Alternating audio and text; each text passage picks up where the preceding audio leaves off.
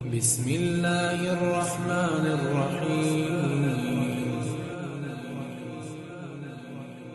السلام علیکم ورحمۃ اللہ وبرکاتہ۔ امید ہے ناظرین اللہ کے فضل و کرم سے آپ سب خیریت سے ہوں گے۔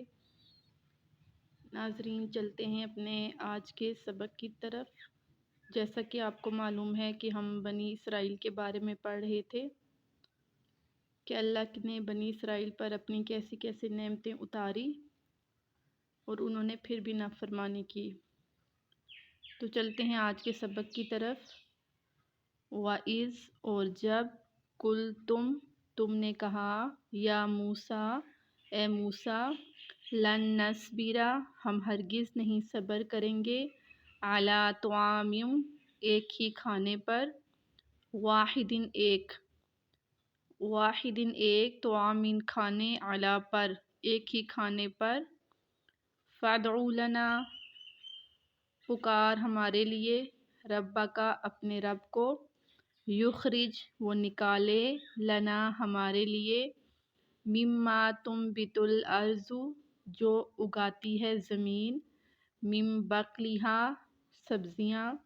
وکسائہا اور ککڑی وفومہا اور تھوم وعدسہا اور مسور وبصلہا اور پیاز قالا کہا اتستبدلون الذی کیا تم تبدیل کرتے ہو ہوا ادنا جو ادنا ہے بالذی اس کے بدلے ہوا خیر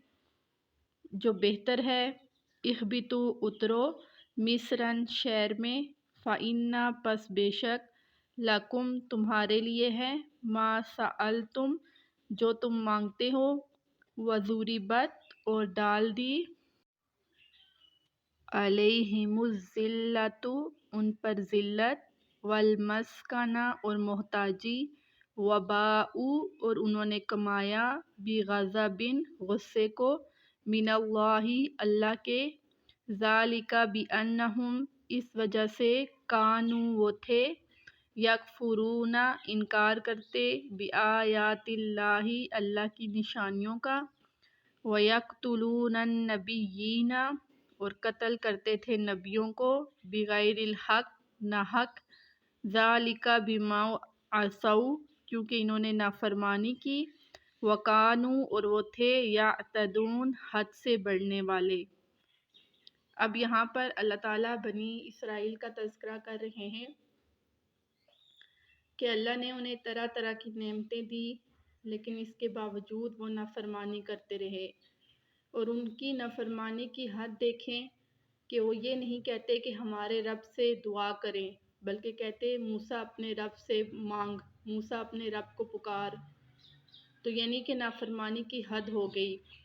اس کے بعد انہوں نے جب ان پر من اور سلوہ نازل ہوتا تو انہوں نے موسیٰ علیہ السلام کو تنگ کرنا شروع کیا کہ ہمارے لیے مختلف قسم کی ترکاریاں سبزیاں ہوں، ہم ایک ہی کھانے پر صبر نہیں کرتے۔ تو اللہ تعالیٰ بھی ان پر لگاتار بے شمار نعمتیں اتار رہے تھے اور وہ ہر نعمت کو دیکھتے اور موسیٰ علیہ السلام کا انکار کرتے اور دوسری کی فرمائش کرتے۔ تو جب اللہ تعالیٰ نے دیکھا کہ یہ کسی طریقے سے بھی ایمان نہیں لاتے، مسلسل نافرمانی میں ہی لگے ہوئے ہیں، شکر نہیں کرتے، تو اللہ تعالیٰ نے ان پر ذلت، رسوائی اور اللہ کا غصہ ان پر نازل ہوا، اور پھر اللہ تعالیٰ نے ایک مرتبہ پھر ان کو غربت میں ڈال دیا، محتاجی میں ڈال دیا، کیونکہ جب یہ لوگ مصر میں تھے تو ان پر ظلم اور زیادتی ہوتی تھی، تو اللہ تعالیٰ نے موسیٰ علیہ السلام کے ذریعے ان کو مصر سے نکالا، اور پھر اللہ تعالیٰ نے ان کو طرح طرح کی نعمتیں دی لیکن یہ کسی طریقے سے نہیں مانے، تو پھر اللہ تعالیٰ نے دوبارہ ان کی وہی حالت کر دی کہ دوبارہ وہ وہاں پر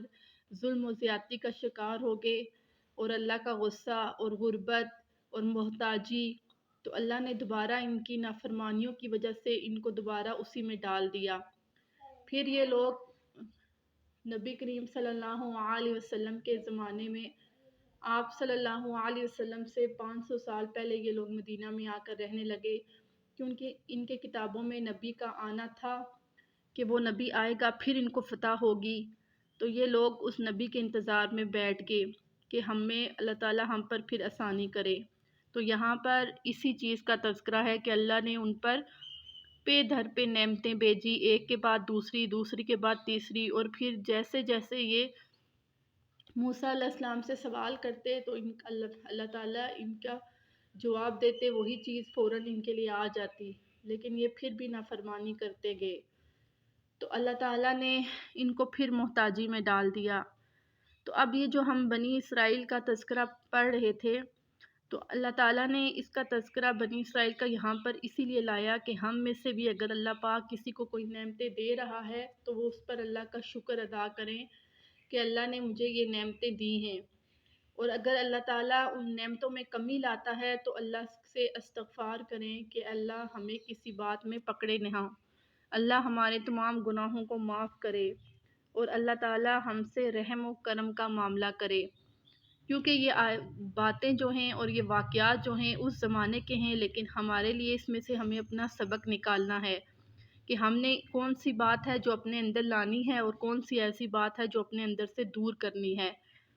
ہمارے اندر جو ظاہری بیماریاں اور روحانی بیماریاں ہیں ہم نے اس قرآن کے ذریعے ان کو دور کرنا ہے۔ تو اللہ تعالیٰ اس کو ہماری عملی